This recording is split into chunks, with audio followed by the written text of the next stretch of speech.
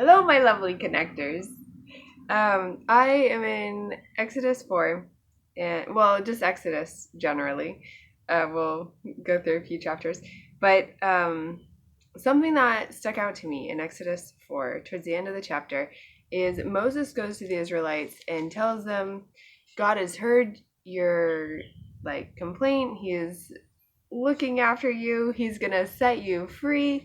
And they don't believe him at first. Moses does a bunch of signs, and then they believe him. And when they start believing him, they bow low in worship. And so the Israelites, they start out worshiping God. They're all excited. God's gonna set us free. And then Pharaoh makes their labors increase and gives them a hard time, and they get so beat down that a couple chapters later, in chapter 6 verse 6, God has Moses go to the Israelites again and say, I am the Lord. I will bring you out from under the burdens of the Egyptians, and I will deliver you from their bondage. I will also redeem you with an outstretched arm, with great judgments, and then I'll take you for my people, and I will be your God, and all these great things. And in verse 9 it says, Moses spoke thus to the sons of Israel, but they did not listen to Moses on account of their despondency and cruel bondage.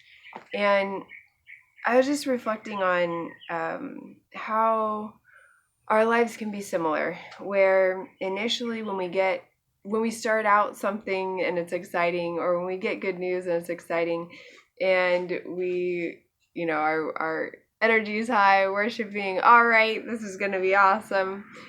And then it gets tough, and maybe even so tough that we don't even want to hear good news anymore. And I was reflecting on, actually this happens a lot throughout the Bible, where David gets anointed to be king, and he goes and kills Goliath, and then he's chased by Saul for I forget how many years, for a long time, and is hiding out in caves, and then pretends like he's a madman to save his life. And starts out with this high, and then it's a really tough season. And there's multiple accounts of this throughout the scriptures where it's like that. And I think the challenge can be for us to believe God, to trust him, to believe that we've heard what he said. I'm thinking of the story of Abraham getting a promise about having a son, and then it just taking so long for that promise to be fulfilled, and all the hardships that happen in between there.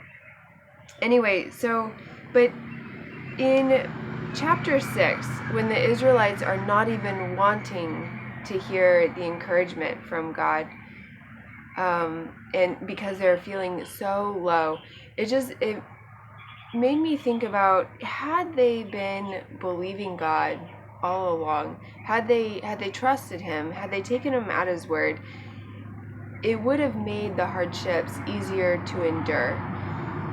When we have a trust and hope in what God is saying, it's easier to go through the hard times.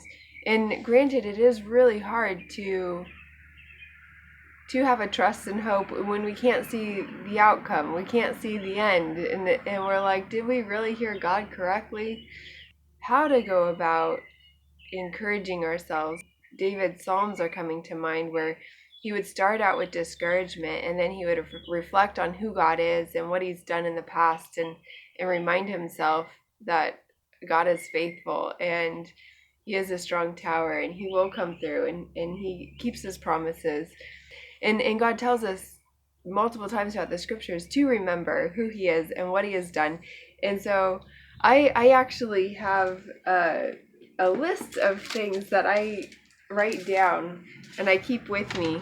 It's I call them my memorial stones, or stones of remembrance, where I've drawn a little picture and written a little description of the amazing things that God has done in my life, so that when I am feeling discouraged, I can look back and remember what He's done specifically for me, like not even just for other people, but specifically in my life, and I can reflect on those amazing things, which builds trust and faith for me that when I'm in a discouraging time, He will come through again.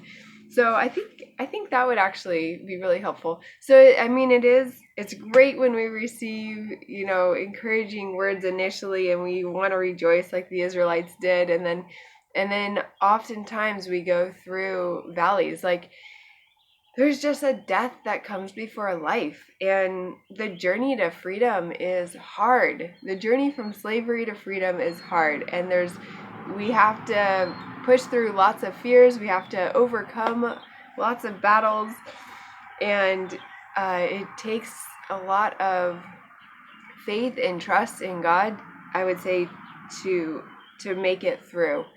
The Israelites wanted to turn back time and time again, and had it not been for Moses, they probably would have. They probably would have returned to slavery in Egypt. And so I would just encourage us to remember the things that God has done for us throughout our lives. Make your own sheet of paper where you can remember those things more easily and recall them more easily. And reflect on God's faithfulness. And also I think even just praying, kind of like the guy in the New Testament when he said, I believe, help my unbelief. We can also ask God to give us the grace to trust Him, to give us the grace to believe Him, to give us the grace to increase our faith, to have more faith in Him. So anyway, whether you are in a place of encouragement and starting out on this new thing, or in a place of in the valley and needing to press through, I just encourage you to remember who God is and that He is faithful, and reflect on what He's done in your life. So if you found this interesting or helpful, please like and subscribe and share with friends, and we'll be on this journey together.